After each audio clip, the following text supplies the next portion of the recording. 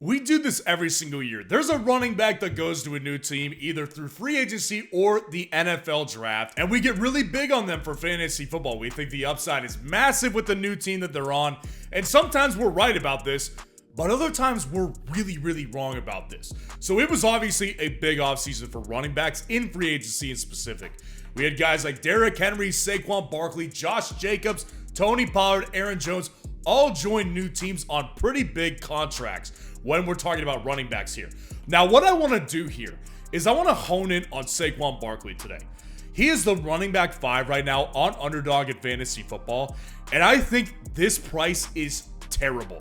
I think it's horrible, and we're getting this so wrong. And the data that I'm going to go through today in this video is going to show you guys exactly why I believe that Saquon Barkley is so overvalued in fantasy football drafts right now. But first, go down there, drop a like on the video, and subscribe to the channel because I am doing everything I can to get us prepared for the 2024 fantasy football season, even if this video hurts a little bit. So what I did here, you can see on the screen, I put together a chart showing running back production with quarterbacks with over 500 rushing yards in a single season here. Now, the point originally when I put together this chart was not to isolate Saquon Barkley and say that he was a bad fantasy player this year. I've always had suspicions of this price, but that was never the point here. The point was to show what the real upside in fantasy football was with a rushing quarterback. So there's obviously preconceived notions that we're going to go through here, and I did this dating back to 2020, so we've got plenty of data right here. So let's go ahead and go through the list. Let's start out with 2020 right here. So there was 4 total quarterbacks that had over 500 rushing yards. It was Russell Wilson on the Seattle Seahawks, Cam Newton on the New England Patriots, Kyler Murray, and Lamar Jackson here. So what we'll notice from all these running backs right here, J.K. Dobbins, Kenyon Drake, Damian Harris, Chris Carson, is that all of these guys had very good yards per carry efficiency, aside from Kenyon Drake, that was actually at the lower end. And we'll get into the averages here in a little bit, but 4 yards per carry above, I guess, in the average territory for NFL running backs as a whole. But when it comes to running backs with rushing quarterbacks, this is actually a pretty low number right here. Now, what we'll notice here is that when we're looking at the rushing touchdowns that are scored with running quarterbacks and their running backs, it's a pretty good number. J.K. Dobbins and Kenyon Drake combined for 19 touchdowns together. J.K. had 9, Kenyon had 10. That's a lot of running back touchdowns right there. So that's something we'll keep in mind as well, and we'll go through that average as well at the end. Now, Damian Harris had a very low touchdown ratio at 2 here. That's a very low rate to get touchdowns when you have a rushing quarterback, and we'll prove that further. And then Chris Carson had around 5. That's around average. Now, the targets per game. This is also something that is going to be historically a low number. Now, the reason is because when you think about quarterbacks who are more mobile, you're thinking about guys like Jalen Hurts, Lamar Jackson, Josh Allen, Justin Fields. Those quarterbacks, when they face pressure, their first instinct isn't to just check the ball down and get it out of their hands. Their first instinct, since they are so athletic, is I'm going to roll out of the pocket, run with the ball, or buy myself some time so I can bomb it down the field and make a play by extending this play. So you're not going to see these running backs have a very high target total. And you can see 3.83 targets per game for Chris Carson. That's actually a higher than average number when it comes to rushing quarterbacks. Now, the fantasy points per game here, what you'll notice is that 3 out of the 4, they did have fantasy points per game that were above 10. So that's okay, right? Chris Carson exceeded at 14.1 fantasy points per game. So this is already something that's like, oh man, that's not great upside. Like 14.1 fantasy points per game, that's a great number. But it's not like that's upside that is going to go around for all of these running backs with rushing quarterbacks. That's very specific right here. Now let's go to 2021. With 2021, Miles Sanders led the charge with 5.5 yards per carry. Now, the average threshold here, when we add up all the running backs we're going to go through today, when it comes to their yards per carry, is going to be 4.7 yards per carry. So Devonta Freeman, he was lower than average here, and Devin Singletary was just right below average, but not really that much lower. Miles Sanders stands out with 0 touchdowns. That's a horrible, horrible experience right there. But even then, the average rushing touchdowns of this sample size right here is 5.8. So Devonta Freeman is below average, and Devin Singletary is basically right around average right here. So none of them exceeded in that category either. And then all of their targets per game, they line up about average because the average is 2.44 targets per game with this sample size right here. And then 2 of them had below average fantasy points per game at around 8. And the average fantasy points per game in this sample size is 10.8. Let's move on to 2022. We've got guys like David Montgomery, lower than expected on the average yards per carry. Devin Singletary is around average. J.K. Dobbins exceeded. Miles Sanders exceeded. And Saquon Barkley was a little bit below average. Keep that in mind right here. Saquon Barkley and Miles Sanders, what they did do was that they did go ahead and exceed the touchdown totals at 10 and 11. And then obviously Saquon Barkley is known for being a receiving back. Again, keep that in mind because he had 4.75 targets per game in 2022. And he was the one who exceeded the most with 16 fantasy points per game. So that's obviously very, very high level production from a fantasy football running back right here. And then 2023, Gus Edwards was below average with yards per carry, but he was above average with rushing touchdowns. Khalil Herbert, below average with rushing touchdowns, and James Cook was as well. Targets per game, James Cook, DeAndre Swift, a little bit above average.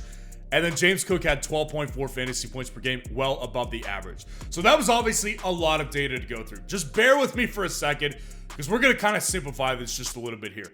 I just wanted to give you guys the baseline and the averages here for these running backs with rushing quarterbacks. So let's look for some commonalities right here.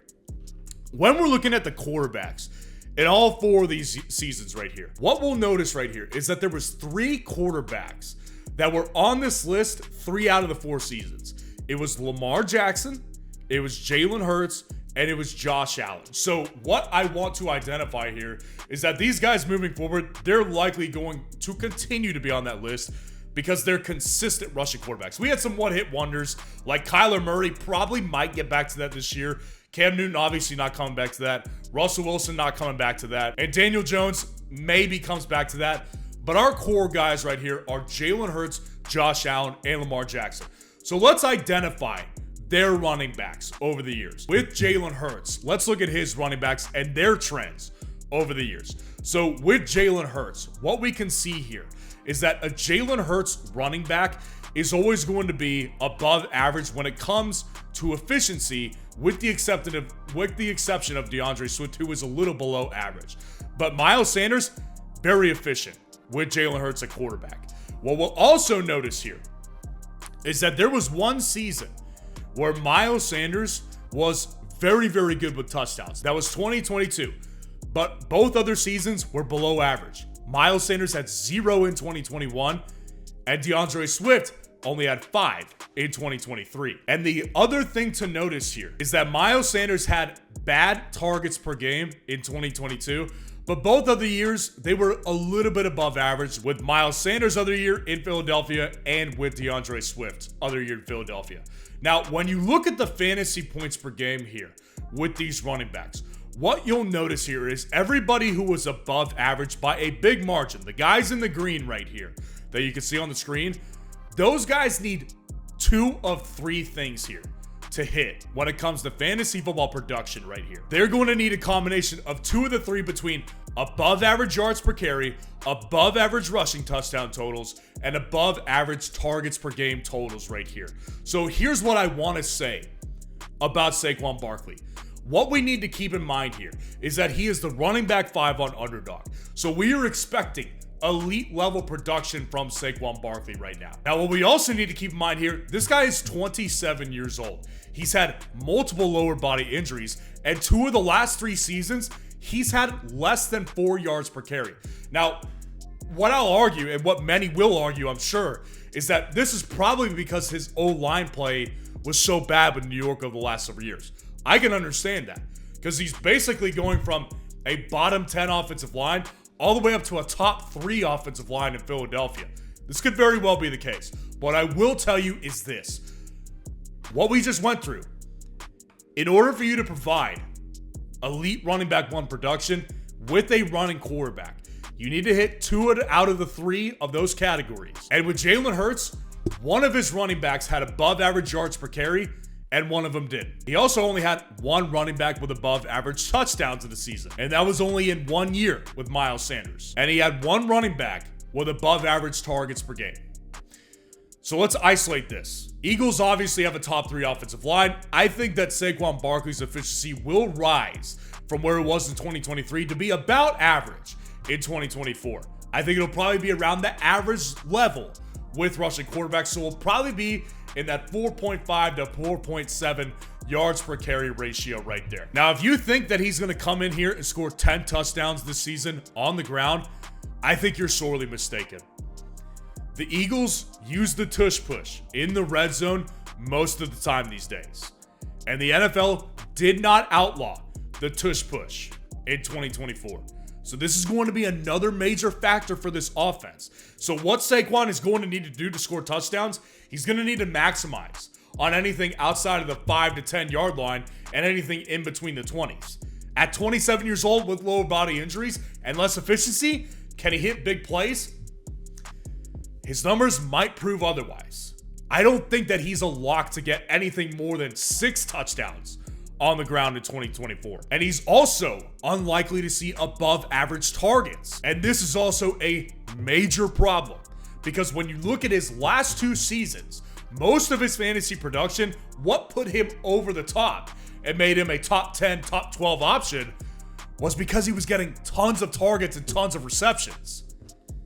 This is going to take a big hit with Jalen Hurts right here. It's going to take a big hit. So if he hits below average on both the rushing touchdown totals and the targets per game, this is going to be a very bad idea to pick Saquon Barkley at the running back 5. What he needs to be is super efficient. He needs to get 10 plus touchdowns for top 5 production. And I think the chances of him doing that are going to be extremely low in 2024 fantasy football. Now, let me know what you think of Saquon Barkley in the comments below, and make sure to go down there, drop a like on the video, and subscribe to the channel.